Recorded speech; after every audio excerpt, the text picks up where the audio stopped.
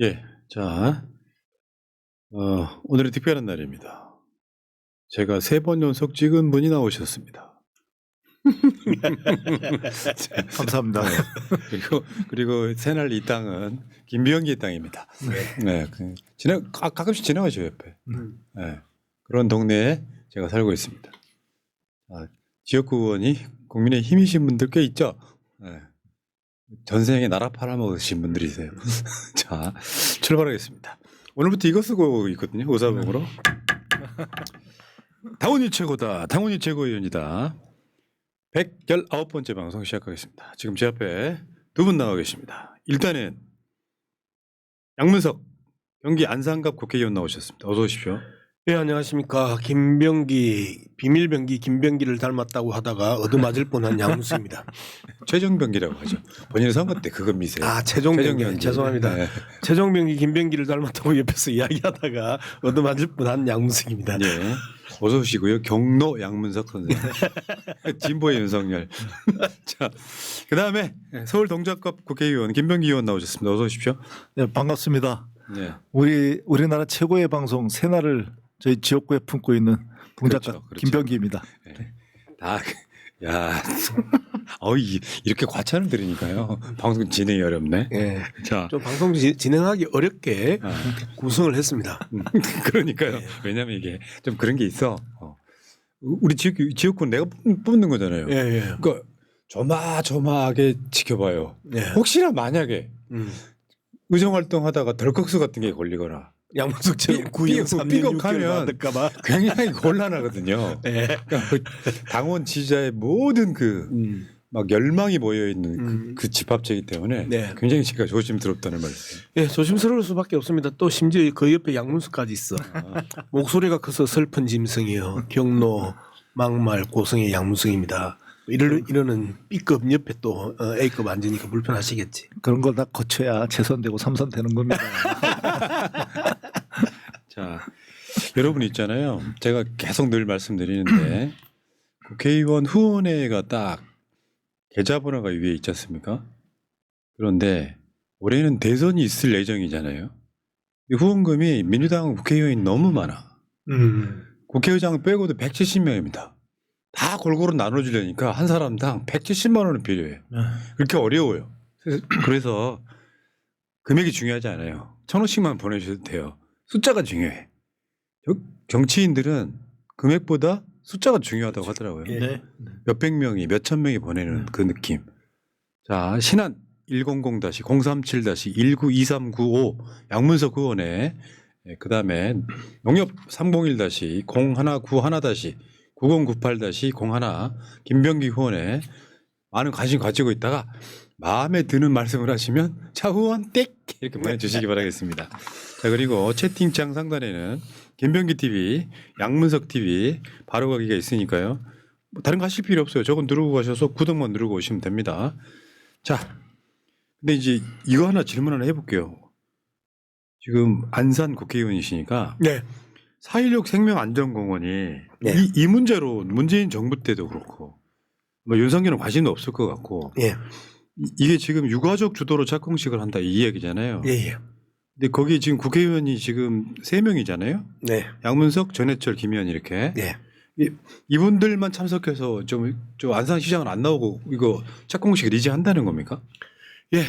계속해서 이 부분에 대해서 이제 작년 그 가을에 작공식을 하기로 했었잖아요. 그리고 계속 이제 시간을 끌고 이 부분에 대해서 제대로 반응을 하지 않았고 그다음에 이제 일부 극소수가 계속해서 시체팔이 운운하면서 이 그 추모공원 자체에 대해서 또 반대를 해왔던 게 사실입니다. 네, 정말 극소수의 극소수 말 그대로 그 내란 폭동의 폭도들과 같은 그러한 목소리를 그 국힘 소속의 그 안산시장이 이 부분에 대해서 좀 명확하게 입장 정리를 못하고 질질 끌려오면서 지금 이 문제가 이렇게 늦어져 버린 겁니다. 예.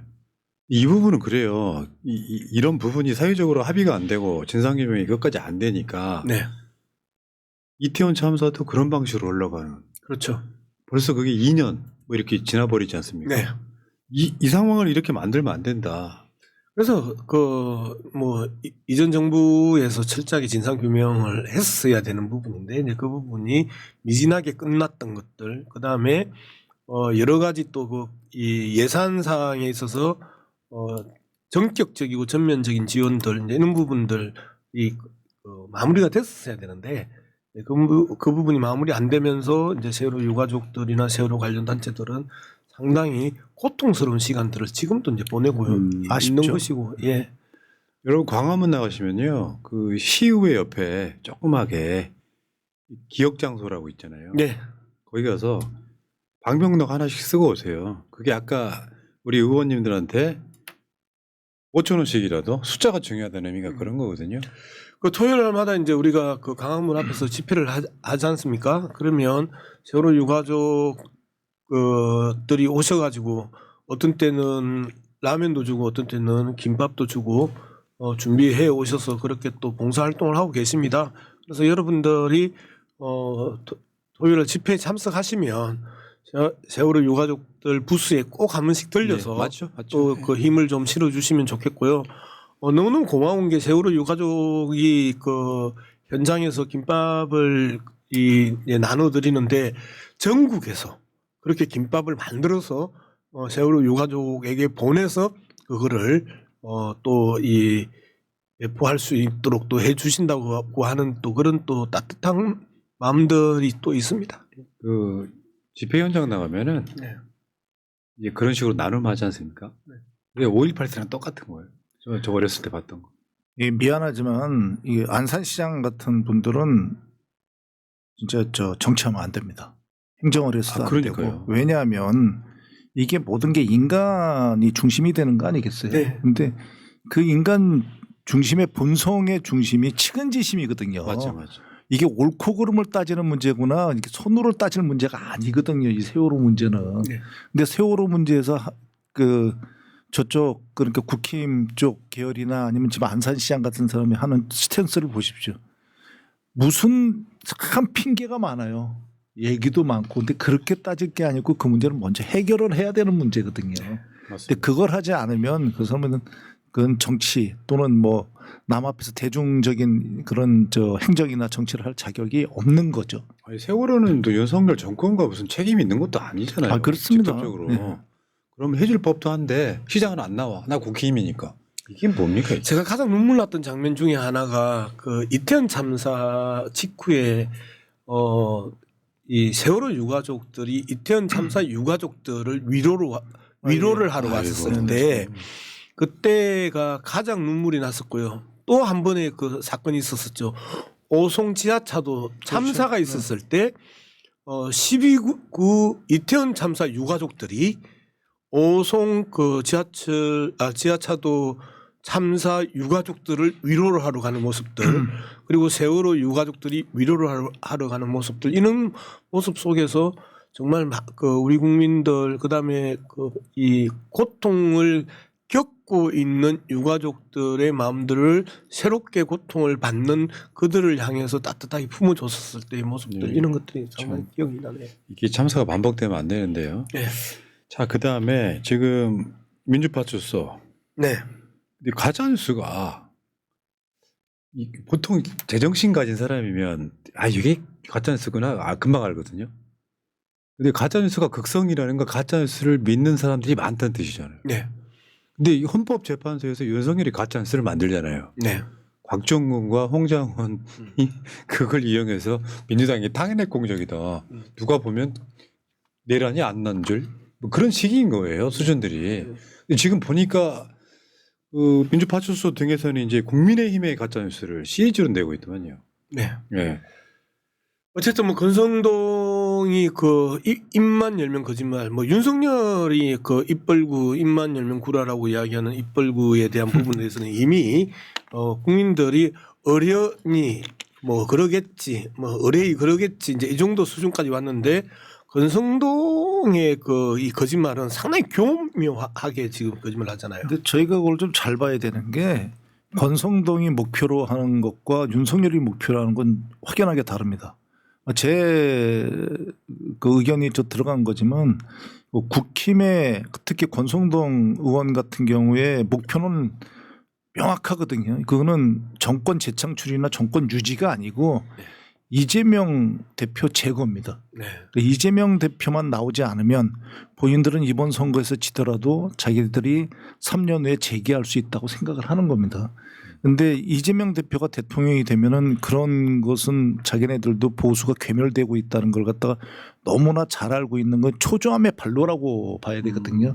그렇기 때문에 저희가 보기에 말도 안 되는 정말 수준 낮은 그런 가짜 뉴스를 갖다 아무렇지도 않게 내뱉고 있는 것들이 그 근원을 따져 들어가면 결국은 이재명 대표의 그러니까 저지 거기에 좀 맞춰진다고 볼 수가 있겠죠. 채팅창에도요. 아마 그것인가 봐요. 가짜 뉴스 김병기 의원에 대한 가짜 뉴스를 딱 올리고 예. 그러면서 이 방도 CIA에 신고해야 되겠네 하시는 분이 있어요. 하세요. 아니 왜 중국에다가 신고를 안 하고 미국에다 신고를 한대? 아, 얼굴을 보여. 그냥 눈과 눈을 마주보고 나랑 얘기를 하자고. 그냥 가짜 뉴스예요. 에휴. 이설아님, 예, 감사합니다. 아 저런 식이라니까요. 그러니까 유튜브가 제가 좀 약간 다른 맥락의 얘기인데 네. 그 고등학교 재경 동문회를 갔었는데 100만 됐다고 꽃바구니를 하나 이렇게 만들어줬더라고요. 근데 그게 좀 되게 명구스럽고 부끄러운 게 보통 유튜브 뉴스나 하면은 가짜 뉴스 이런 이미지가 많잖아요. 그러니까 내가 뭐라고 그게 100만이 뭐라고 그 뭐냐 우리 같은 사람들은 팩트 체크 열심히 해가지고 가짜 뉴스 안 풀리려고 되게 자제를 하거든요. 네. 근데 가짜 뉴스를 그냥 쉽게 그냥 너무 쉽게 만드는 것 같아요. 요거를 한 3다리만 건너면은 완전 이상한 가짜 뉴스로 발전해 버리잖아요. 근데 지금 아까 지난주 나오셨을 때 7만 건이라고 그랬잖아요. 네. 그 중에 정말 황당한 가짜 뉴스가 대부분이잖아요. 대부분이죠. 예를 들면 헌법재판관 문영배 재판관에게 이재명 대표가 3천억을 줬다. 이게 3천억짜리 그 가짜 뉴스였거든요. 그런데 지역 화폐로 이재명 대표의 측근 업체가 2조를 먹었다. 갑자기 3천억에서 2조까지 그 올라가는 이제 이런 그 과정들을 보면 정말 기가 차 이게 다 이제 뭐 재판에서 허위 사실로 다 확정됐던 내용들이잖아요. 이제 그런 부분들의 가짜 뉴스들을 이제 계속해서 살포가 되고 있는데 또 뭐 이재명 대표가 소년원을 간 이유가 또 뭐 이 초등학생을 뭘 어떻게 했다. 뭐 이런 이야기들 다 이게 문제가 되는데 문제는 이게 먹혀 들어가는 영역이 어떤 영역이냐면 신념의 영역이 아니고 신앙의 영역도 아니고 맹신의 영역인 거예요. 아, 맹신. 지금 이 상황이 너무너무 자기들도 불편해. 그리고 윤석열이 나쁜 짓을 했어. 그리고 국힘당이 정말 그 나쁜 짓을 했어. 그러면 죄송하다 다시 시작하자라고 이야기를 하는 게 아니고 아니야. 민주당 때문이야. 이재명 때문이야. 라고 하면서 거기에 대해서 공격을 하면 그걸 너무너무 듣고 싶어 하고 듣고 싶은 것을 그 체화시켜서 또 표현하고 하는 말 그대로 그 미신에 사로잡힌 광신도들의 작태 뭐 이 정도로 저는 이제 네. 규정을 하는 거죠. 그게 그 상대방이 그런 걸 들었을 때 아픔을 도외시하기 때문에 생겨나는 것들인데요. 저는 한편으로는 이게 정말로 고의적인 거에 대한 네. 그 처벌이 약하기 때문입니다. 아 맞습니다, 맞습니다. 이게 처벌이 굉장히 강력하거나 본인들이 감당할 수 없을 정도가 되면은 절대 그렇게 못 하거든요. 근데 우리나라에는 그거에 대한 처벌이 너무 약해요. 네. 사실 당하는 사람은 엄청 고통스럽거든요. 네. 그래서 제가 한번 그때 그랬던 사람들에 대해서 그래 내가 직접 상대하겠다라고 전부 고소했어요. 네. 꼼짝 못 하던데. 이 지역구에 저쪽 지역위원장 있잖아요. 네. 낙선하신 분. 네. 현수막을 보면 상당히 가짜 뉴스성이 많아요. 네. 근데 그런 사람 변호사라 살짝 좀 피해가긴 하는데 예를 들면 지금 당장 기억나는 게 그 고교 무상급식 지원 있잖아요. 아니 저 무상교육비 지원 네. 그거 가짜라고 막 이야기하면서 자기들이 지켜냈다고까지 현수막을 걸었어. 네. 뻔뻔한 거죠. 근데 나중에 보니까 진짜로 삭감해버려요. 이제 이런 제가 지금 방금 이제 그 검사들을 검사하는 변호사 모임이라고 네. 검사라는 변호사 모임들 한 10명 정도 되는 변호사들하고 그 가짜 뉴스 때문에 이제 이야기를 하고 왔는데요. 어쨌든 지금 민주파출소에서 매일같이 브리핑을 하잖아요. 가짜 뉴스에 대해서. 그러면 정말 그 재미있는 현상은 바로 계정 지우고 네. 그리고 삭제를 해요. 예, 그런데 좀 세상이 조금씩 이 바뀌고 있다라는 게 검찰 경찰에서 끄떡도 하지 않던 그들이 이제는 즉각적으로 고소를 하면 바로 고소인을 오라고 해가지고 그 의견을 듣는다는 거 아니에요. 그러면서 대부분이 지금은 고소할 때마다 고발할 때마다 바로바로 입건이 되는 이러한 그 속도전이 이제 펼쳐지면서 그러한 가짜 뉴스든 그 다음에 살해 협박이든 이런 그 폭동의 그 선동이든 이런 부분들이 스스로 이게 범죄 행위라는 것들을 다 이제 인식하기 시작했다는 거예요. 그래서 이 부분에 대해서는 저희들은 뭐 그 일말의 그 관용 없이 바로바로 그래야 되는 쳐서 거죠. 그 지금 그 김병현 의원님 말씀하셨던 것처럼 엄중 처벌하게 그 흐름을 잡아가고 있다. 그래서 그 흐름이 일정하게 이제는 조금씩 효과가 나타나고 있다. 이제 저는 그렇게 보고 있습니다. 지금 윤석열 이 시점에 네. 그 횡행하는 가짜 뉴스나 극우의 도발이 전두환 노태우 때보다 더 심합니다. 그렇죠. 네. 예. 그때만 해도 그 가짜 뉴스의 유형이 그런 영역이 그 전방의 영역이 아니었습니다. 근데 이거는 그러니까 그때 당시만 보면 10가지를 놓고 볼 때 한 6, 7가지는 사실이고 나머지 한 서너 가지가 이제 거짓이고 이렇게 섞기도 하고 그런데 지금은요. 아예 팩트 자체가 기본적인 팩트가 안 맞는 겁니다. 그러니까 창출해냈기 때문에 9개, 10개가 거짓말인 경우들이 그렇죠. 있다니까. 전부 다 거짓말이죠. 거짓말이 9개, 10개, 10가지 중에 9개, 10개인 경우가 있다니까. 근데 이게 이 사이비 기독교와 결합되면서 앞서 말씀드렸던 것처럼 신념도 신앙도 아닌 이제 맹신의 영역에서 그렇죠. 나타나는 게 첫 번째고요. 두 번째는 유명 인사들에 의한 가짜뉴스 살포 또는 선전선동 폭동의 영역에 있어서는 선전선동 이러한 부분들이 유명 인사들이기 때문에 거기에서 오는 그들만의 리그 속에서 그들만의 세상 속에서 그들만의 셀럽이 이야기하기 때문에 이 먹히는 가스라이팅도 그 상당한 영향력을 발휘하고 진짜 있다. 오늘 내가 느낀 거거든요. 대표 연설하는데 네. 교섭단체를 다른 사람도 아니고 박정훈이가 네. 뭐라고 하냐면은 법인카드 이야기나 뭐 해명하고 해 이렇게 허리를 지르는 거예요.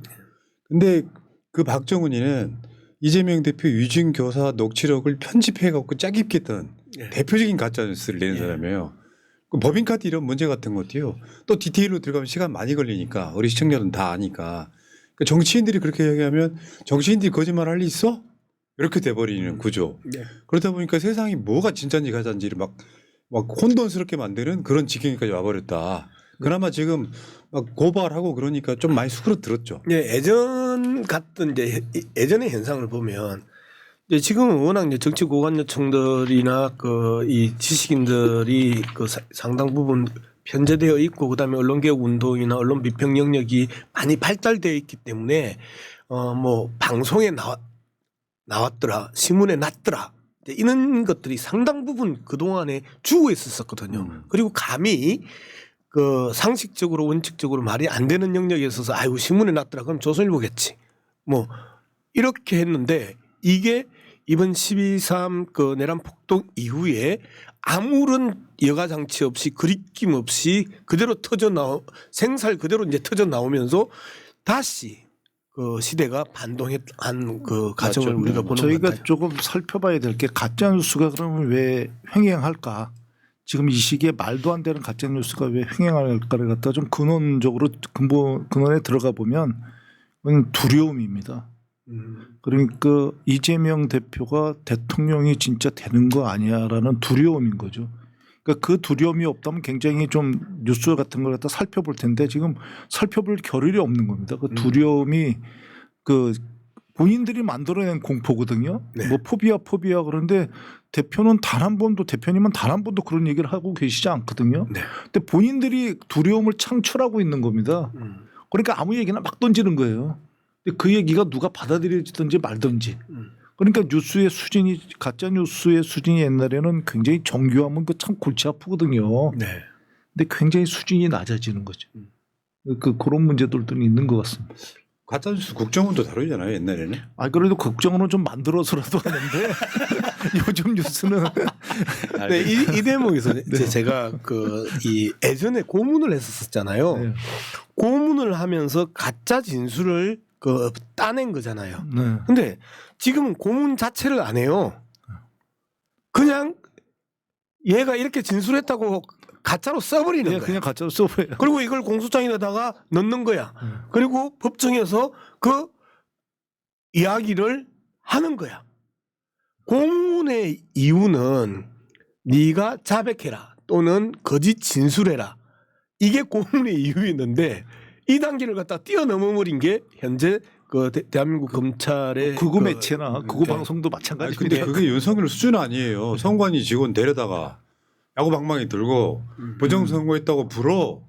그게 지금 내란 일으킨 거의 핵심 요지 중에 하나 아닙니까? 자, 이 이야기만 해도 재밌을 것 같은데 오늘은 여기까지는 이제 이게 인사말이었었어요. 곁다리였고 왜냐하면 내가 진짜 궁금한 게 많았었거든요. 네. 의원님한테. 네. 자, 다음 넘어갈게요. 내란 사태가 일어나고 홍장원 국정원 제1차장이 국회 정보위에 출석을 해요. 근데 정보위는 다른 상임위랑 다르게 비공개로 열린단 말이에요. 그때 이야기를 한번 들어보겠습니다. 자, 그러니까 홍장원 1차장이 국회 정보위에 일단 출석하게 된 배경에 여기 또 가짜뉴스 들어가 있죠. 민주당하고 이렇게 짬짬이했다 그러는데 실제로 홍장원을 부를 때는 국민의힘 간사 등하고도 다 협의가 된 거죠. 그 부른 거 자체를 그 정보위원장이 부른 겁니다. 정보위원장이 누굽니까? 정보위원장 신성범 국민의힘 정보위원장. 국회의원. 그렇죠. 아. 예. 그 정보위원장한테 가서 보고하고 싶다 이래가지고 보고 들어오니까 양당 간사가 들어갈 수밖에 없거든요. 네. 근데 저희 당 간사 박선원 간사가 그때 당시에 다른 곳에 가 있었어요. 아. 그래서 제가 그 상황에 들어간 거지. 그러니까 뭐 어떤 내용이나 이런 것이 미리 짜져 가지고 만들어진 게 아니고 그냥 그 상황대로 해가지고 가서 저 정보위원회에서 보고하게 된 거거든요. 그러니까 가짜뉴스 그렇게 된다니까요. 민주당 국회의원들이 홍장원이를 포섭했다. 그러니까 윤석열이 급기야는 홍장원, 곽정근 때문에 탄핵 공작이 시작됐다. 사실 홍장원은 국회 더군다나 정보위원장이 국민의힘 국회의원인 상황에서 가서 지금은 어땠을지 모르지만 그 당시만 해도 시국 전체가 엄중했잖아요. 내란 일어났다니 그래가지고 홍장원 입장에서도 진실을 말하고 싶었을 거 아닙니까? 아니 그 홍장원 차장에 대해서 제가 좀 말씀을 드리면 사실 그 홍장원 차장이 보수 우익입니다. 그건 틀림없는 얘기예요. 그런데 보수 우익이라도 그러니까 국가관이 있는 저 보수인 거죠. 그래서 다른 지시는 다 받을지언정 국민에게 그리고 국민에게 총불을 들이대는 거 그거는 못하겠다는 거거든요. 네.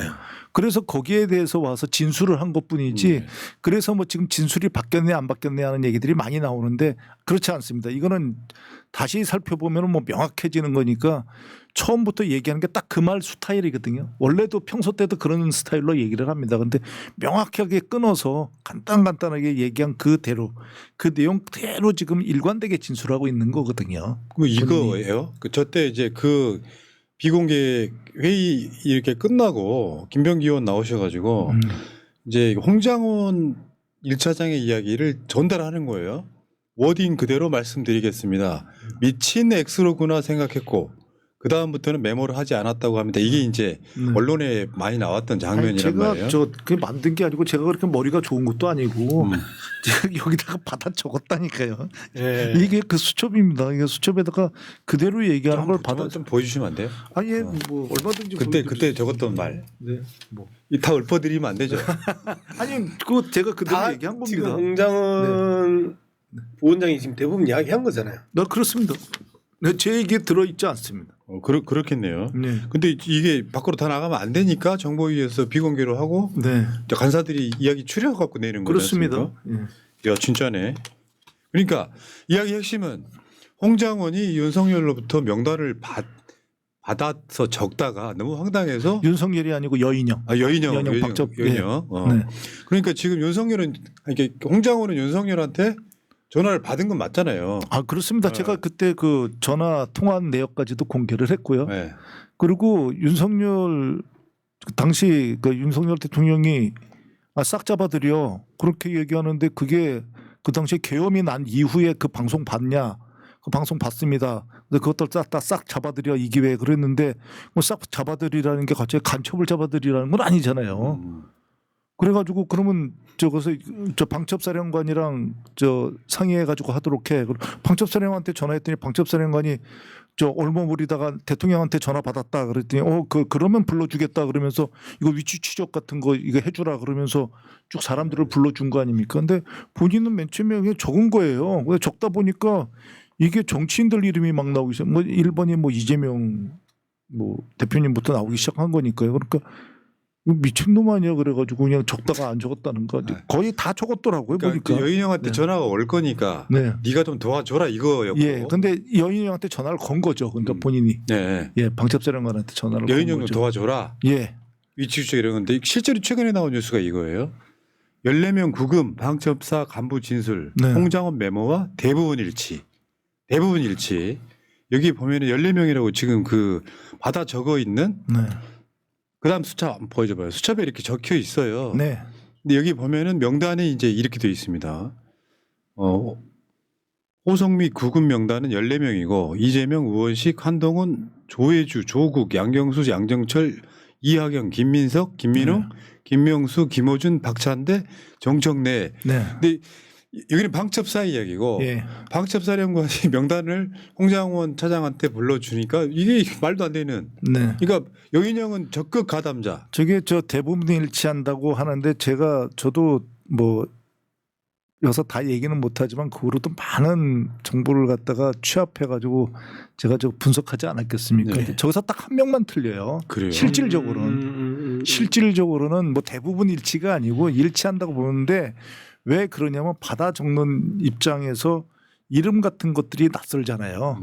그런 것들에 의해서 한 명의 이름이 실질적으로는 한 명의 이름만 다를 뿐 이름이 저건 100% 일치하는 거나 마찬가지거든요. 근데 그거에 대해서 뭐 이름이 맞니 안 맞니 뭐 이런 얘기를 하는데 아니 홍장원 입장에서는 그걸 갖다가 안 할 이유가 그걸 그 받아 적는 거 적은 다음에 본인이 그냥 모른 척하고 그러니까 뭐 실행하고 안 실행하고 뭐 밑에다가 지시하고 안 지시하고 할 거 없이 가만히만 있었으면은요. 좀 뭐 한 몇 시간 지나고 뭐 이래가지고 자고 오면 했으면 본인은 지금 안전할 겁니다. 본인의 안위는 지금도 차장하고 있거나 사실 홍장원 차장이 어쨌든 이번 정부에서 다음 만약에 원장이 교체되면 가장 강력한 후임 원장 중에 한 명이었거든요. 후보 중에. 그게 뭘 뜻하냐면 사실 모든 그 관료들이 그렇지만 자기가 입사한 그 회사의 장이 되는 것들이 사실 큰 꿈 중에 하나지 않습니까? 네. 그런데 그 꿈을 갖다 본인이 스스로 포기한 거라니까요. 스스로. 그렇겠네요. 가만히 있었으면 되는 거예요. 한 게 없으니까. 본인이 이걸 갖다가 밝힌다고 그래가지고 대단한 뭐가 된다든지 이런 게 아니고 이걸 밝힌 결과가 경질이잖아요. 네. 이걸 갖다가 시행하지 않은 결과가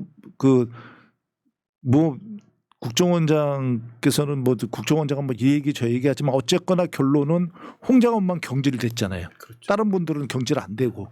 그러니까 본인이 가만히 있었으면 본인의 안위는 문제가 없었을 텐데 본인이 스스로 이런 경지를 감수하면서까지 이걸 밝힌 거 아닙니까?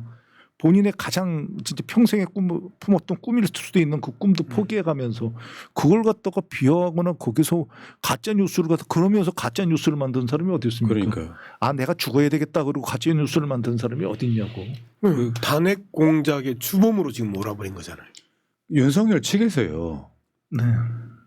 나는 홍장원한테 빚진 거 없다 이런 얘기가 나왔거든요. 네. 그게 무슨 말이에요? 그냥 아무 생각 없이 얘기하는 거니까 무슨 얘기인지 잘 모르겠는데 사실 홍장원 차장 입장에서는 본인이 그러잖아요. 자기 대통령한테 충성한다. 대통령한테 충성하지만 충성하는 정도가 있는 거죠. 그러니까 대통령한테 충성하지만 대통령 앞에는 국민이 있는 거죠. 예. 그러니까 국민을 버려가면서 같이 충성을 할 수 없는 겁니다. 그리고 지금 전현직 직원들 뭐 그리고 일부 그 보수층 뭐 이런 분들이 홍장원 차장을 욕하는데 그러면 절대 안 되는 걸 제가 한 가지만 말씀드리겠습니다. 만약에 홍장원 차장이 위치 추적을 했다. 그러면 사태가 달라졌을 수도 있죠. 근데 사태가 달라졌을 수도 있지만 사태가 실패로 당연히 끝났을 것입니다. 왜냐하면 국민들의 강력한 저항이 있었으니까. 그다음에 국정원은 초토화됐을 겁니다. 지금 저 국정원 살아남지 못한다니까요. 국정원이 5.16 때 1.2.12 때 전부 다 국정원이 중심에 있었던 기관입니다. 그 기관에서 다시 한번 이 지금 정치에 이 쿠데타에 개입을 했다. 그럼 국정원은 못 살아남는 겁니다. 지금 방첩사령부가 그런데 개입돼 가지고 방첩사령부에 대한 분리를 갖다 지금 저희가 논의하고 있거든요. 도저히 안 되겠다. 그 각군으로 나눠줘야 되는 거 아닌가 이런 걸 갖다 지금 논의하고 있거든요. 국정원 같은 경우에 이번에 조금이라도 많이 개입됐다는 게 밝혀진다면 국정원이 이 정도로 안 끝날 겁니다. 국정원의 기관을 갖다가 완전히 해체해서 새로 만들어야죠. 왜냐하면 국민을 위해 가지고 오로지 국민과 국가를 위해서 해외에서 무법성이 인정되는 유일한 조직입니다. 그러니까 군인도 그렇게 못해요. 무법성이 인정된다니까 해외에서. 그런데 그 조직이 국민을 위해 가지고 국민 쿠데타 하는데 국민에게 총칼을 들이댔다. 국민에게 예를 들어 지금 위법을 갖다 자행했다. 그럼 그런 게 필요 없는 겁니다. 지금 무법성이라 하면 이제 면책 특권 그다음에 살인 면허 이런 예를 들어 여러 가지 오로지 예. 국민을 위해서만 해야 예, 되거든요. 예. 그러니까 예를 들면 샘물교회 사건이 샘물교회에서 우리 국민들이 아프가니스탄에서 납치가 되었다. 그럴 때 군인을 보낼 수는 예. 없거든요. 예. 그럴 때 국정원 요원들이 가가지고 자기 목숨 내놓고 구출작전 피는 거거든요. 네. 그건 다 무법성이 인정되는 거죠. 그런데 전제가 있다니까요. 국민을 위해서 해야 됩니다. 그런데 지금 국내에서 만약 쿠데타에 개입했다 그러면 국민을 전면적으로 배반한 그러니까요. 거거든요. 그럼 그런 기관은 필요 없는 거죠. 네. 그럼 홍장원 정보위 그날의 진실로 다시 돌아가서 나중에 조태용과 홍장원 간에 네. 또 진실 게임 비슷하게 있었다가 조태용 국정원장은 실제로 그날 홍장원한테 보고를 받았는데 뭐 잡으러 다녀야겠다 뭐 이렇게 하니까 다음날 이야기합시다 이렇게 가버렸다 그랬잖아요. 그런데 그런 적 없다고 이야기했다가 조태용이 검찰인가 어딘가 가서는 그 보고 받았다 이야기를 했고요. 좀 박선훈 의원한테 이야기 들은 거에 의하면은 조태용은 뭐 비상대권 논하는 뭐 관저에서 이렇게 몇 사람 만찬하고 이럴 때 이미 알고 있었다고 그러더만요. 정황상으로는. 뭐 그런 여러 얘기가 지금 나오고 있는데 사실 어떤 면에서 보면 그거는 약간 격가질 수 있다고 저는 생각을 합니다. 뭐 이런 얘기가 계속 나오지만 윤석열 그때 당시에 윤석열은 명확하게 조태용한테 전화를 한 게 아니고 홍장원이한테 전화를 했습니다. 홍장원 1차장한테. 왜 전화를 했겠습니까? 조태용 여러 가지로 못 믿겠으니까 홍장원한테 전화했을 수 있거든요. 그러니까 홍장원한테 처리하라고 그랬을 수 있거든요. 네. 그거는 딴 말로 하면 조태용 원장한테 여러 가지 얘기를 해봤더니 이 얘기가 잘 안 통할 것 같거든. 그러니까 그날의 행적이나 이런 걸 봐도 조태용 원장은 명확하게 자기의 의사를 밝히는 게 아니라 사실 그걸 뭐 좀 심하게 얘기하면 계속 기피한 거죠. 그리고 자기 책임을 갖다 좀 회피하고 있는 거 아니겠습니까? 그런데 본인이 어쨌든 저희가 뭐 그걸 갖다 명확하게 제가 뭐 양쪽의 의견을 갖다 듣지를 않았으니까 모르겠습니다만 어쨌든 저희가 확실한 것만 그냥 팩트만 가지고 얘기를 하면 대통령은 홍장원이한테 명확하게 지시했고 홍장원이는 그 지시를 안 따른 겁니다. 부당한 지시였기 때문에 안 따른 거죠. 근데 지금 이게 홍장원 1차장의 원래 임무도 아니잖아요. 임무 그 정확하게 얘기하면 임무가 그 지금 얘기하는 건 3차장 임무고요. 네. 위치 추적은. 네.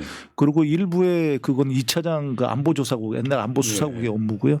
그리고 물론 그 홍장원 차장이 일부의 기능은 가지고 있습니다. 그런데 지금 여기서 얘기하는 위치 추적의 기능은 홍장원 차장이 한다고 할 수 없는 기능입니다. 그러니까 홍장원한테 맡겨도 안 되는 임무이기도 그렇습니다. 했고 예. 그 내용 자체는 아예 받을 수 없는 거였고 네. 와 근데 그거를 지금 홍장원과 곽종근이 탄핵 공작한다. 야 이거는 좀 너무 심한 거 아닙니까? 여기서 좀 그럼요. 짚어봐야 되는 게 1차장, 2차장, 3차장의 의미보다는 국정원의 넘버 2의 네, 그렇죠. 개념이 훨씬 더 컸던 거 아니에요. 그렇습니다. 그래서 넘버 1 자체가 계속해서 회피하거나 뚜렷하지 않거나 시원하게 대답을 하지 않는 상황에서 윤석열 눈에는 약간의 이 애매모함이 있었었고 그러면 1차장, 2차장, 3차장의 자신의 이 직분이나 이 영역의 문제가 아니라 넘버 2한테 해서 네가 정리해라. 그 정확한 말씀이에요. 네. 아, 이게 약간 홍장원 없었으면 곽종근 없었으면 저 사람들이 지금 곽종근 말고도 여인영이나 이진우 같은 사람들 김용현의 변호사가 찾아다니면서 회유한다는 거잖아요. 네. 증거인멸 교사하고 홍장원 차장하고 곽종근 없었으면은 어떻게 보면 내란이 덮일 수도 있었겠다. 그러니까 홍장원 차장이 그날 그 정보위에 와서 그걸 공개하고 그걸 진술하고 그게 공개가 되지 않았으면 그리고 특히 그 정치인에 대한 그 체포 이런 것들이 공개가 되지 않았으면 이 사건이 진짜 엉뚱한 데로 흘러갔을 수 네. 있습니다. 그냥 뭐 저 경각심만 일깨워줄 생각으로 네. 국회 아니 그러니까 그게 없었으면 호수 위에 달 그림자를 쫓는 허무한 일들을 지금 우리가 하고 있다고 공격하면 딱히 받아치기가 어려운 아무것도 일어나지 않았잖아라고 하는 부분에 있어서 상당 부분의 설득력을 또 가질 분도 한 거죠. 근데 헌법재판소를 보니까 헌법재판한다기보다는 형사재판하는 분위기였어요. 윤석열 입장에서.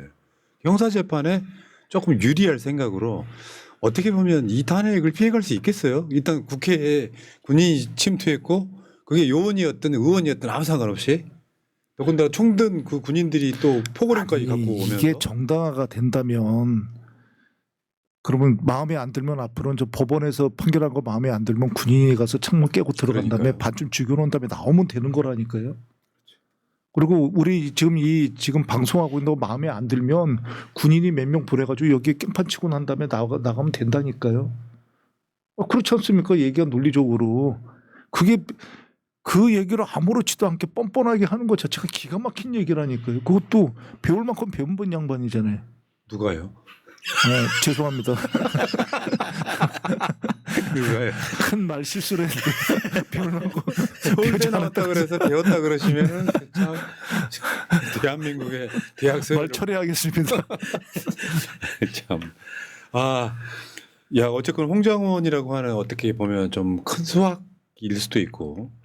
근데 그때 들으실 때 그 이야기를 들으실 때 어떠시던가요? 홍장원 차장 나와갖고 사실 홍장원 차장을 저희가 있을 때 이제 선발한 직원이고 저랑 같이 근무를 했기 때문에 잘 아는 직원입니다. 제가 인사처에 있었기 때문에 예를 들면은 그 자기 책임감이 굉장히 뛰어난 직원이에요. 예를 하나 들면 어떤 인물하고는 말씀 못 드리겠습니다. 흑색 쪽에 근무를 갖다 오래 하신 분이니까 그 분야가 굉장히 위험한 분야였어요.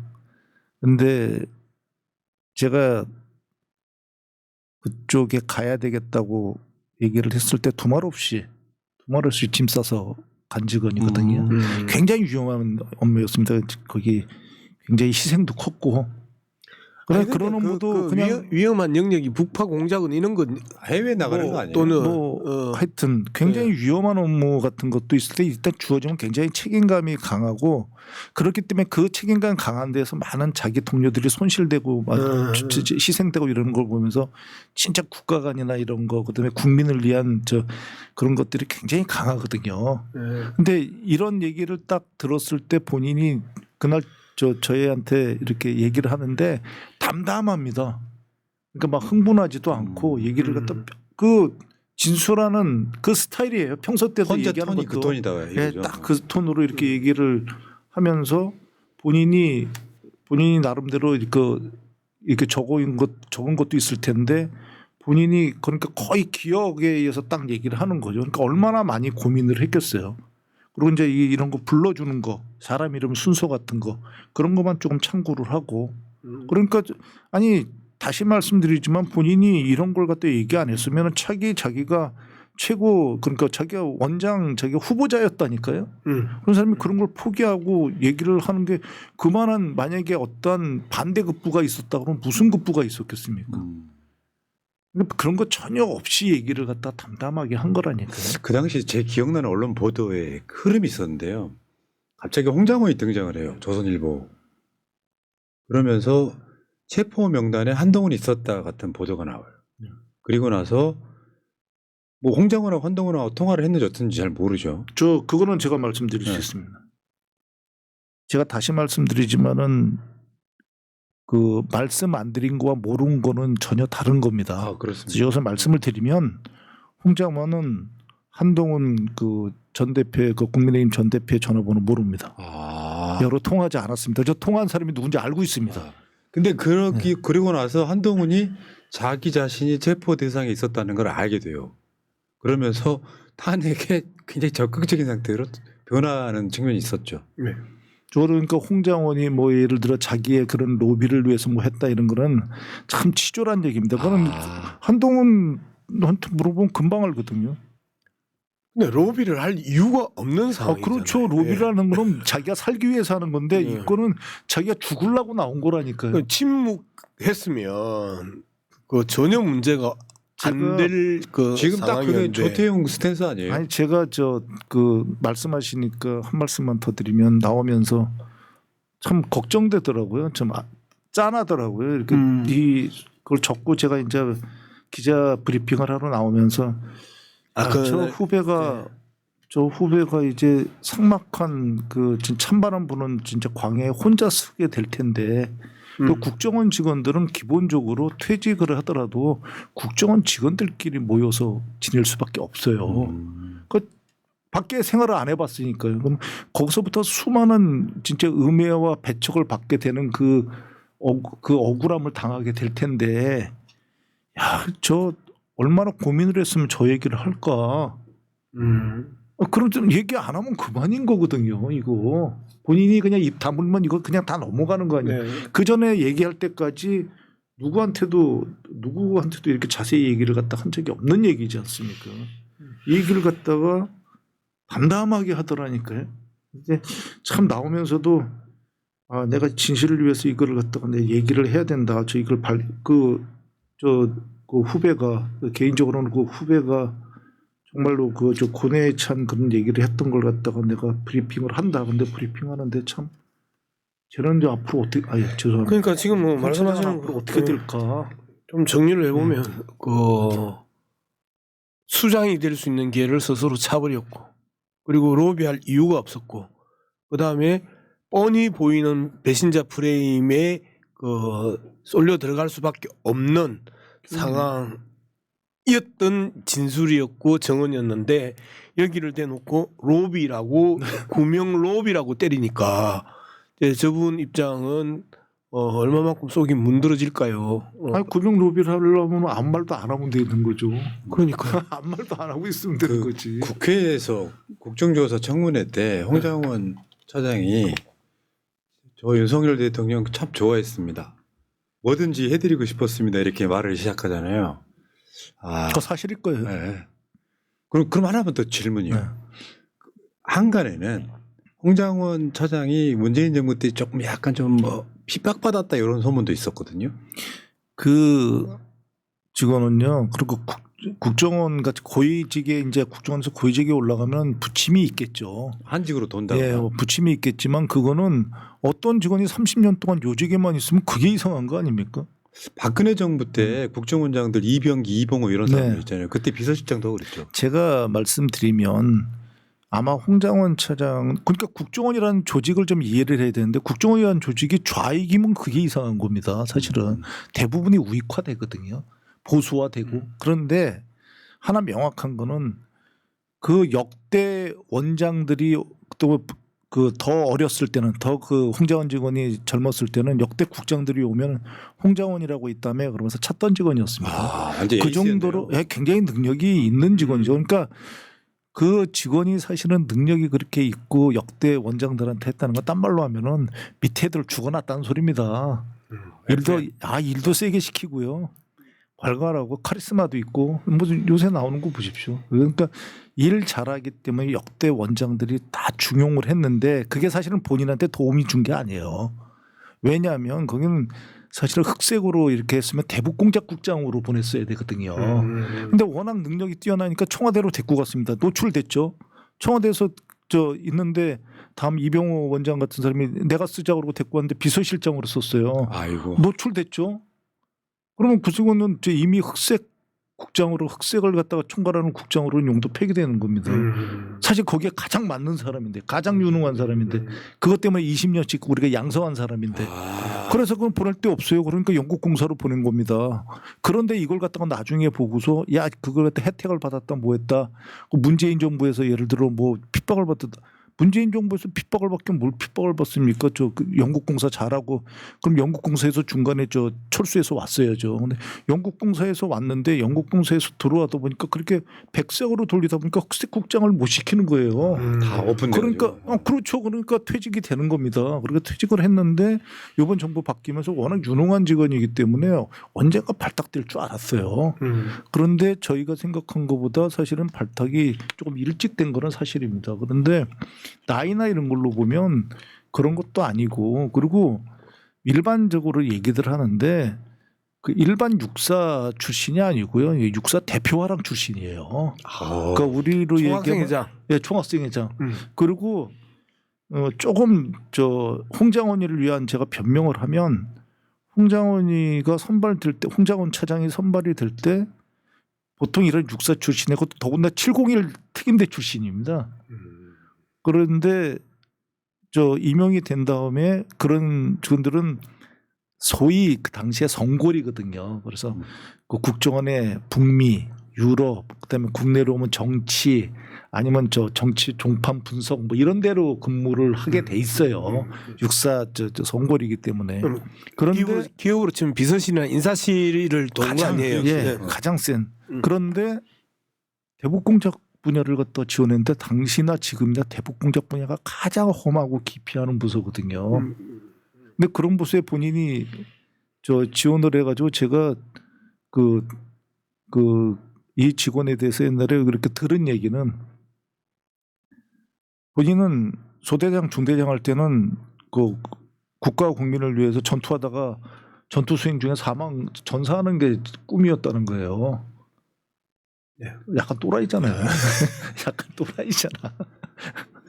근데 그런 정신력으로 그런 정신으로서 대북 공작을 갖다가 지원했으니까 일반적으로 우리가 지금 이렇게 평가할 수 있는 평가절하할 할 수 있는 직원은 아니거든요. 그러니까 그만큼 일을 열심히 합니다. 근데 그 사람의 사상이 여기서 문제가 됐다. 그러면 난 그거는 뭐 오케이입니다. 이 사람 사상에 대해서 그러면 사상에 대해서는 달리 볼 게 있다 이러지만 지금 이거는 사상에 대한 문제가 아니거든요. 진영에 대한 문제가 아니고 누가 국민을 갖다가 생각했느냐의 문제거든요. 그럼 윤석열이가 지금 국민을 생각한 겁니까? 홍장원이가 생각을 한 겁니까? 홍장원이죠. 그럼요. 그럼 말할 것도 없는데 거기에다 대고 잣대를 달리해가지고 뭐 홍장원이가 어쨌거나 저쨌거나 적어도 이 문제만은 다른 건 논하지 말자고요. 홍장원이가 이 문제에서 누가 국민을 갖다 생각했는지를 갖다 따져보면 이건 명확한 거거든요. 얘기를 더 나가서 우리가 여기서 뭐 얘기할 필요도 없는 얘기를 갖다 하고 있는 겁니다. 말씀을 좀 길게 듣고 보니까 결국 우리가 알고 있던 어떤 정보도 홍장원 흠집내기에 작게 쓰였던 거구나라고 생각이 들고 진짜 에이스 중에 에이스였네요, 진짜. 그냥 똑같은 사례가 재작년에 있었던 박정훈 대령. 예, 박정훈 대령 우직한 군인의 그 모습 속에서 박정훈 대령이 온통 그 똥을 뒤집어 썼던 거와 지금 홍장원 1차장이 쓰고 있는 오물이 똑같은 현상이 돼버린 거예요. 그리고 범죄 집단 조선일보 같은 경우 박정훈을 때리고 홍장훈을 때리고 그리고 이걸 받아서 국힘당이 그동안에 정말 그 국가관이 투철했던 지들이 이야기했던 그 국가관이 투철했던 그리고 보수 우익의 엘리트를 또 그 잘라내는 과정들이 지금 일련의 과정이다. 저는 그렇게 이게 더불어 정말 웃긴 게요. 홍장원이 이렇게 진술을 하니까 뭐 보셨겠습니다만 홍장원이 뭐 100억을 착복했다 뭐 이런 아, 예, 기사 있어요. 예. 뭐 가짜 뉴스니까 언급할 값어치조차 없는데요. 국정원의 시스템이나 국정원의 감사 시스템을 정말로 시샘말로 전혀 모르는 자들이 아무렇게나 뭐 그럴 것 같은데 그리고 누가 그랬다는데 국정원은 국정원 직원들조차도 옆에서 무슨 일이 일어나는지 모릅니다. 왜냐면 차단의 원칙에 의해서 알 수가 없게끔 만들어놨어요. 네. 그걸 유일하게 아는 데가 정보 아는 데가 인사처고 많은 것을 아는 데가 그걸 갖다 조사하는 감찰실입니다. 네. 거기가 얼마나 평가나 그런 것이 세냐면은요.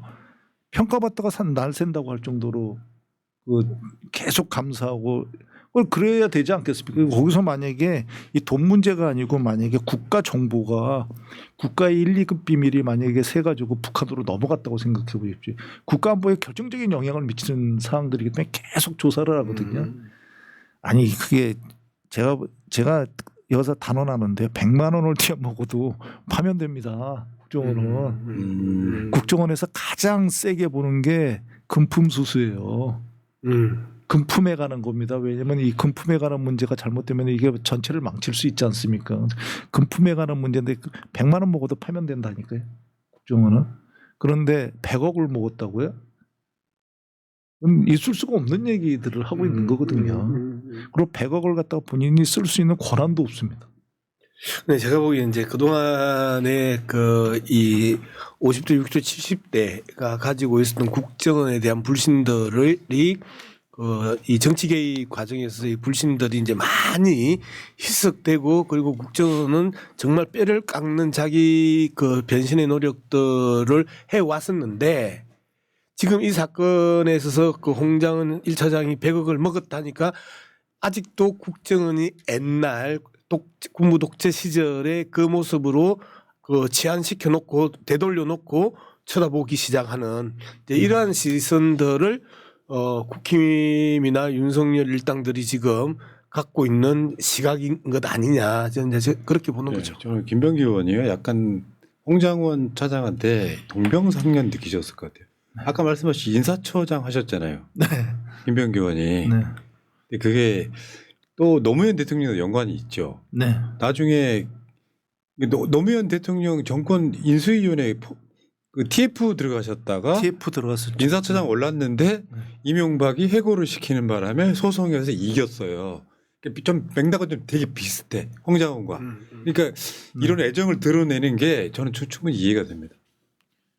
다시 한번 말씀드리면 홍장원이 이번에 까딱 잘못 생각해서 가만히 있었거나 또는 거기에 동조했으면은 국정원 초토화됐다니까요. 일단 저부터 가만히 안 놔뒀을 테니까요. 그리고 그렇기 때문에 국정원에 관계된 그리고 그 보수도 마찬가지입니다. 보수의 대부분 진짜 국가를 사랑하는 분들 이런 분들은 정말 홍장원의 이 행위에 대해서 고마워해야 됩니다.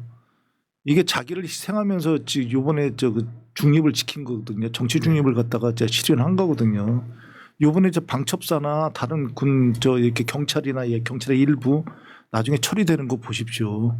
처리할 수밖에 없거든요. 좀 국정원에 대해서는 그런 얘기 안 나오고 있지 않습니까? 국정원 만약에 홍장원이가 누구 지시했다. 그러면 엄하게 지시받은 애들 뭐 어떻게 지시를 알지도 못하고 받은 애들 다 초토화되는 거거든요. 그렇죠. 지금. 고마워해야죠. 진짜 오늘 김병기 의원이 굉장히 하실 말씀이 많았구나. 네, 답답합니다. 그러니까요. 홍장원에 대해서 정말 군더더기 하나 없이 말씀해 주셨어요. 에이스 오브 에이스. 자, 그 이야기 이제 여기까지 하시고요. 자, 마지막으로 이재명 대표 이야기 잠깐만 할게요. 오늘 대정부 교섭단 지원설 하고 그랬는데 그 내용은 이미 시사방송에서 제가 충분히 말씀을 드렸고, 이재명 대표가요. 촛불혁명 이후에 좋아진 것이 없다. 이 말은 일반적으로 할 수 있는 말이거든요. 그 문재인 정부를 디스하는 말이 아닌데 이걸 언론들을 그걸 갖다가 문재인 정부를 저격했다 이렇게 써먹더라고요. 가짜뉴스 아닙니까? 왜냐하면 일반적인 누구나 다 그렇게 생각하잖아요. 촛불혁명 이후에 세상이 확 달라질 거라고 생각했는데 달라지지 않았다. 그 뒷말은 뭐겠어요? 나는 그렇게 안 할게. 그 말이거든요. 네. 근데 그게 문재인 정부를 뭐 디스한다고. 이것도 좀 언론들 진짜 이건 버릇 좀 고쳐야 되는데. 아니 근데 그 일고의 가치가 없다. 우리가 일고의 가치가 없다라는 게 한 번이라도 생각해 볼 만한 가치가 없는 가짜뉴스고 그 잘못된 해설이잖아요. 말 그대로 이재명만 죽이면 된다. 그리고 이재명만 때리면 된다. 그리고 이재명만 훼손하고 악마의 달을 훨씬 더 크게 씌워야 된다. 이것 외에 어떤 그 사람도 현장에 뭐 그 김병기 의원도 앉아 계셨고 나도 앉아 있었지만 그 이야기를 하는 과정에서 그런 생각을 한 번도 순간적으로도 해본 적이 없고요.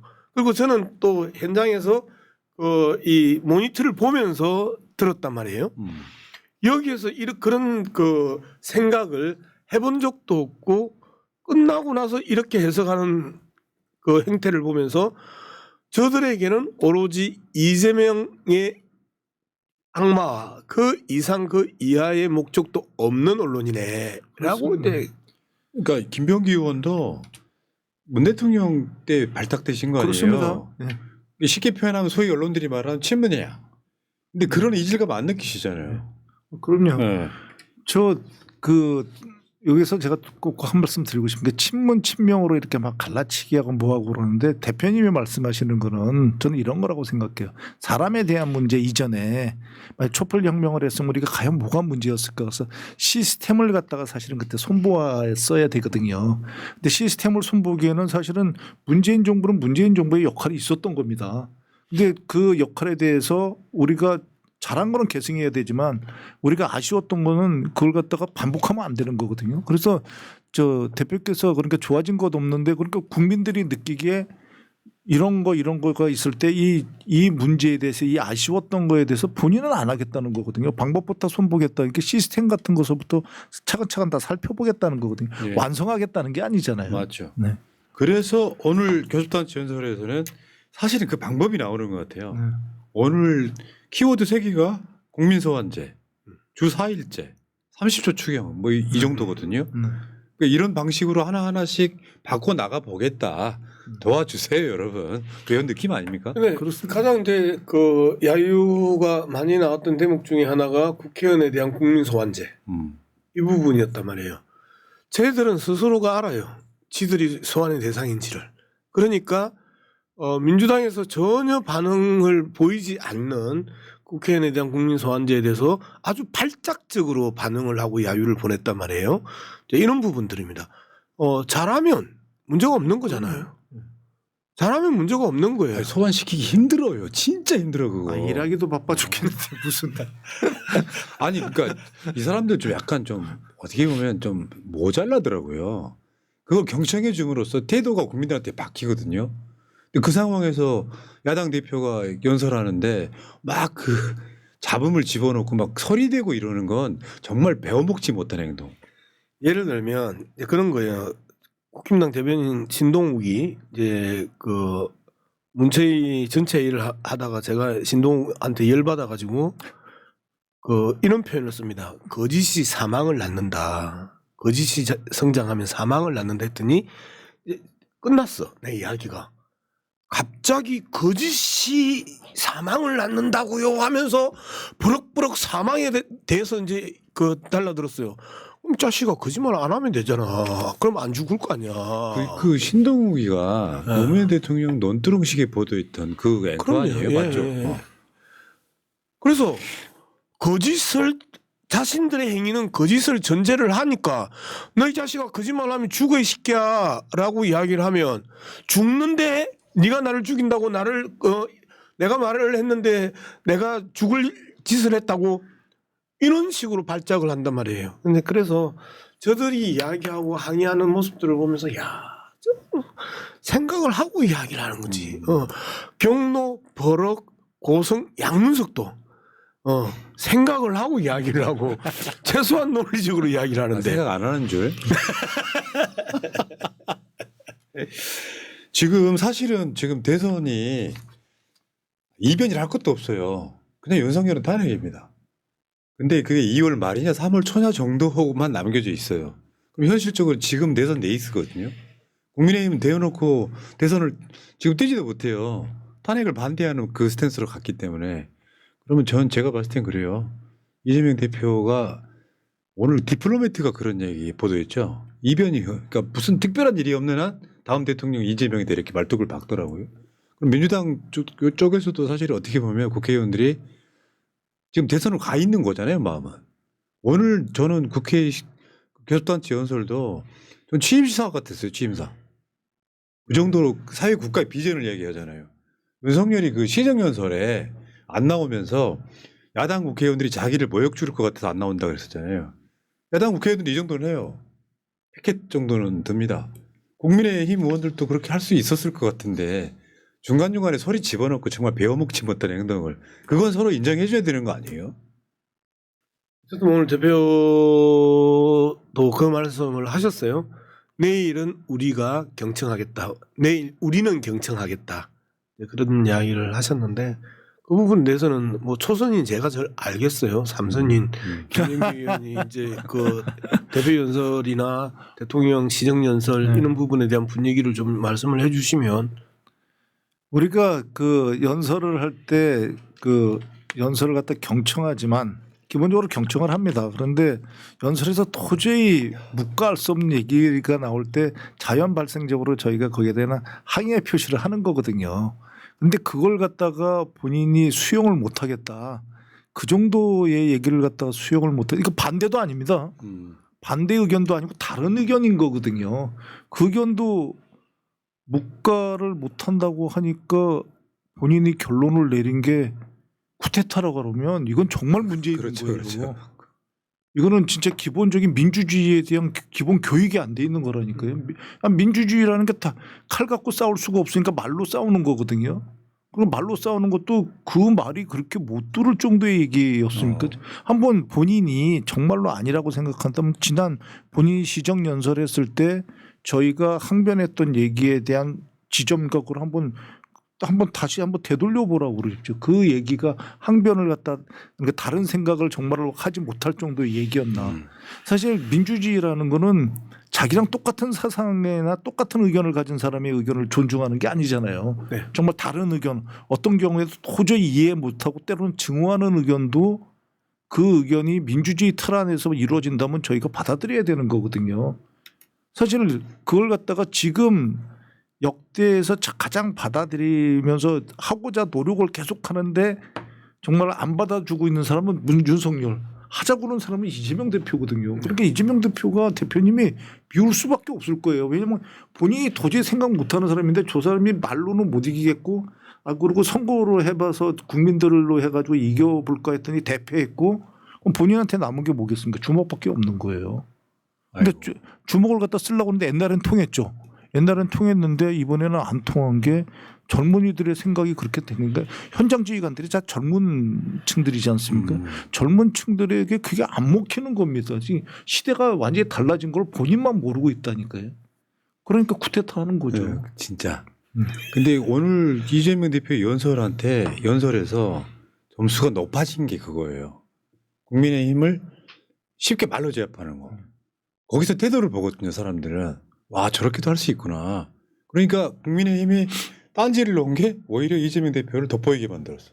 오늘 좀 이제 중요한 지점이 이 노동 시간 이야기를 했는데요. 이재명 대표가 삼성전자하고 만나서 이야기를 했던 게 영국 위원급 노동자 이야기를 했었어요. 그래서 제가 이제 삼성전자에 취재를 했었어요. 야, 니들의 연구 위원급은 연봉이 어느 정도 되냐라고 했더니 1억 5천 이상 되는.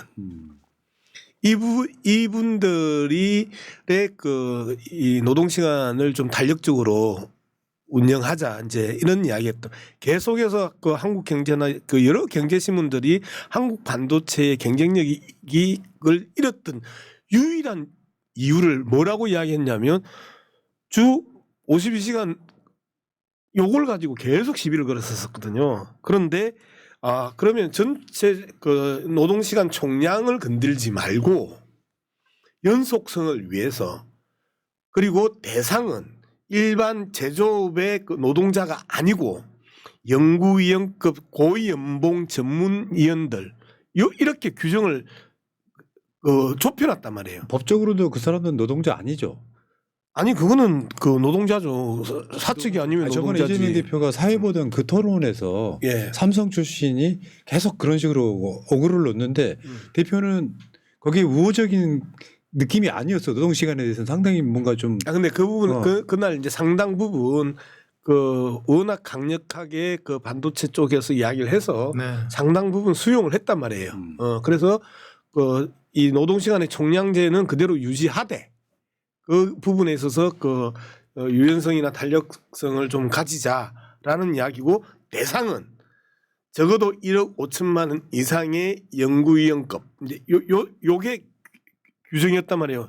갑자기 한겨레 신문이 만평에서 이 미싱 재봉을 하는 사람이 노동에 지쳐 있는 모습 이런 식으로 왜곡을 해버린 거야. 우클릭 한다 그러면 그러면서 저는 진보 언론이든 보수 언론이든 할 것 없이 이재명 대표가 그 노동의 영역이든 농민의 영역이든 하면 이해하고 어떤 내용인지를 팩트 체크하고 만평으로 가든 기사로 가야 되는데 한겨레신문이든 경향신문이든 이재명 대표와 관련해 가지고 우호적인 그 보도가 거의 없거든요. 거기 특성이 그렇잖아요. 예. 비판을 위한 비판하잖아. 예, 그런 측면에 있어서도 이 만평 자체를 또 한겨레신문이 가짜 뉴스를 띄우는 모습을 보면서 우리 그 민주파출소에 그 만평이 제보가 들어온 거예요.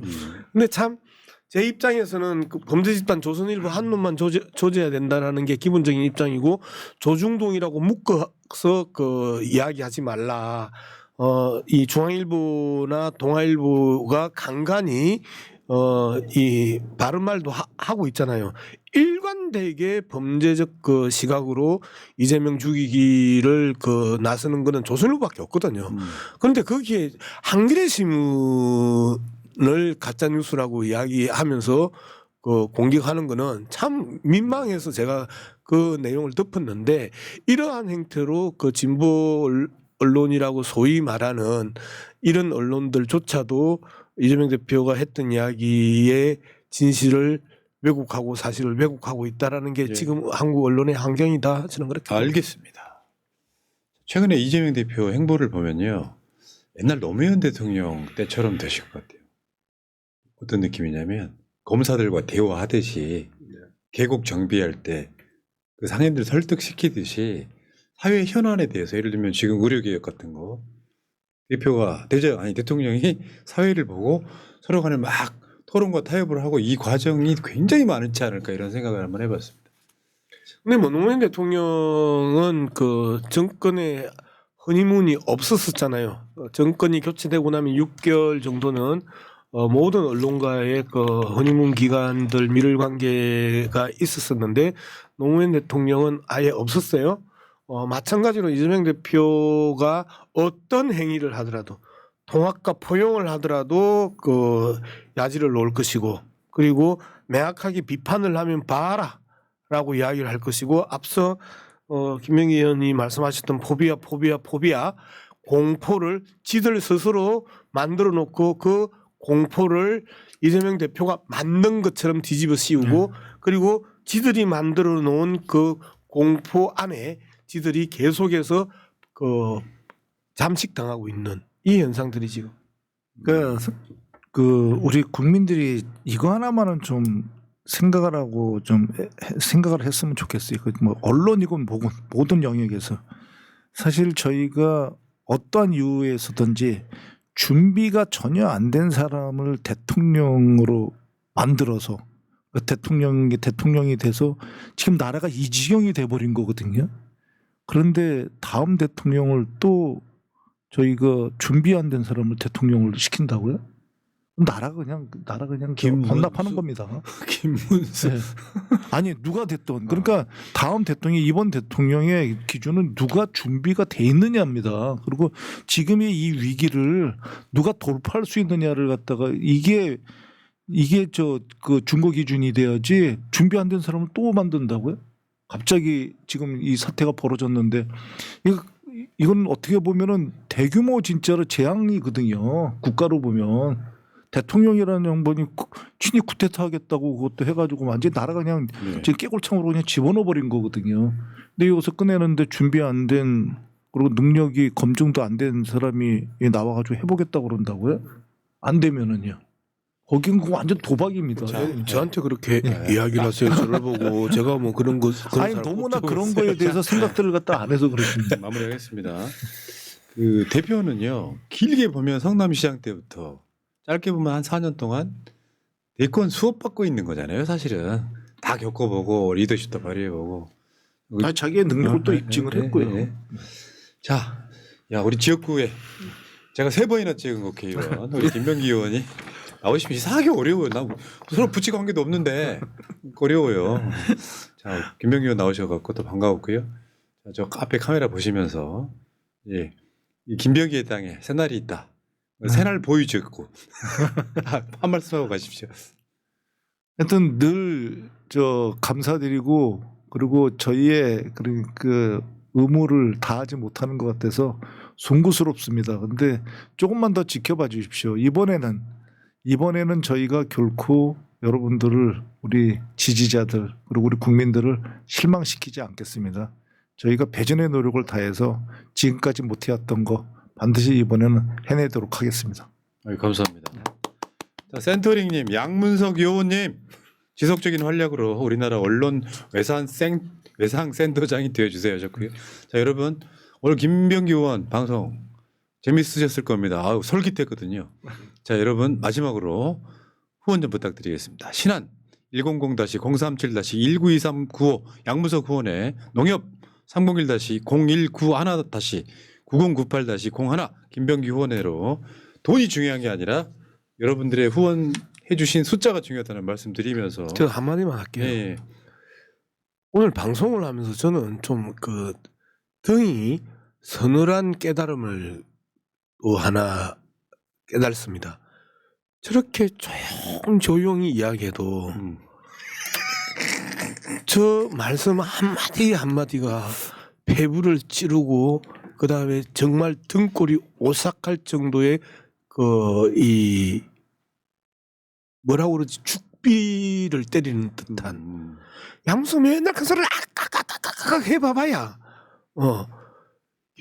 최종병기 김병기가 아니고 저는 이제 이번에는 진짜 비밀병기 김병기였거든요. 이번 이 내란 과정에서 저 말씀하시는 것 하나하나가 정말 각성제를 맞는 최고네요, 느낌이었습니다. 저도 말이 이렇게 조용조용하게 저는 의원님이 항상 부르십니다. 아니 그게 있어요. 무대에 올라가서 좌중이 시끄럽잖아요. 조용히 하세요 하면 절대 조용히 안 해요. 마이크 잡고 한마디도 안 하면 조용해집니다. 그런 효과가 있는 거예요. 아시겠어요? 경로 양문석 선생님. 네. 자, 이따가 늦게 들어오신 분들은요. 양문석 의원하고 김병기 의원 둘이 이야기하신 것 중에 홍장원 전 국정원 1차장에 대한 이야기가 되게 재밌더라고요. 자, 다시 한번 들어보시기 바라겠고 두 분 고생하셨고요. 자, 당원인 최고다 119회 방송 마치겠습니다. 고맙습니다. 고맙습니다. 수고하셨습니다. 민주주의 평화 통일 다 죽어간다. 이대로는 놔둘 수 없다. 자, 다시 한번 해보는 거야. 자, 다시 한번 싸우는 거야. 자, 손 맞잡고 어깨를 걸고 우리 함께 이기는 거야. 자, 다시 한번 해보는 거야. 자, 다시 한번 싸우는 거야. 자, 손 맞잡고 어깨를 걸고 우리 함께 이기는 거야. 자, 다시 한번 해보는 거야. 자, 다시 한번 싸우는 거야. 자, 손 맞잡고 어깨를 걸고 우리 함께 이기는 거야. 자, 다시 한번 해보는 거야. 자, 다시 한번 싸우는 거야. 자, 손 맞잡고 어깨를